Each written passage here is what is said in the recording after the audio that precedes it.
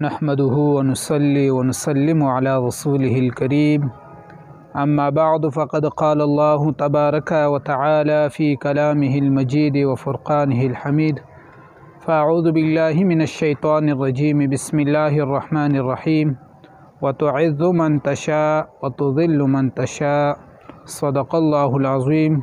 اللهم صل على سيدنا ومولانا محمد وبارك وسلم عليك صلى الله على سيدنا محمد صلى الله عليه وآله وسلم. محترم و عزتمندو،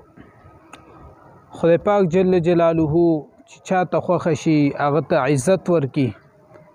خدای پاک جل جلاله چې چاته خوښه شي هغه ته ذلت ورکي.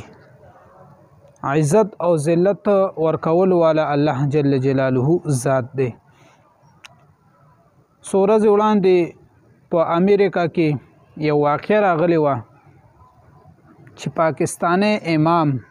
یعنی یو پاکستانی قاری صاحب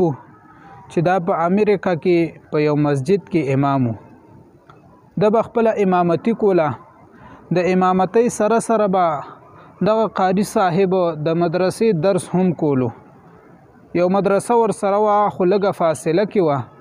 هغې ته به دا په سورلو کې تلو راتلو. دغه قاری صاحب یو ځل بس سټاپ ته ولاړو چې کوم ځای کې بس ودرېدلو، هغه سټاپ ځای کې ودرېدلو، هغه بس والا راغلی. دغه بس والي سره به دا اکثر کله دغه خپلې مدرسې ته تللو. چې کله دغه بس والي سره دا وختلو روان شولو، نو بس والي له د کریا ورکړله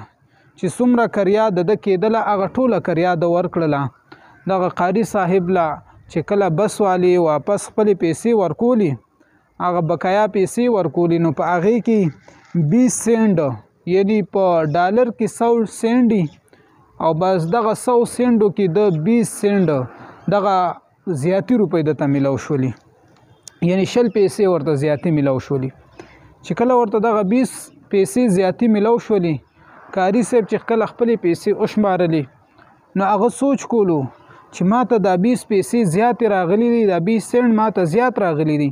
آیا زه دا ور واپس کما که نه؟ دا په دې سوچ کې شولو. یو طرف ته سوچ کولو چې د بس والا خو لوی کمپنۍ دي، په دې 20 سنټ باندې د ده څه نه کېږي، ځان سره یې کېده.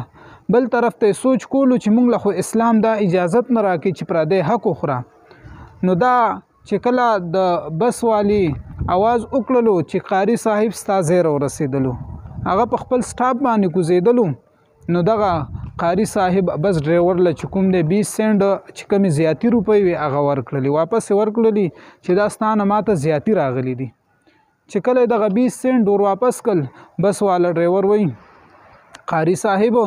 ما 3-4 ورځونه په زړه کې اراده وه چې زه اسلام قبلوم،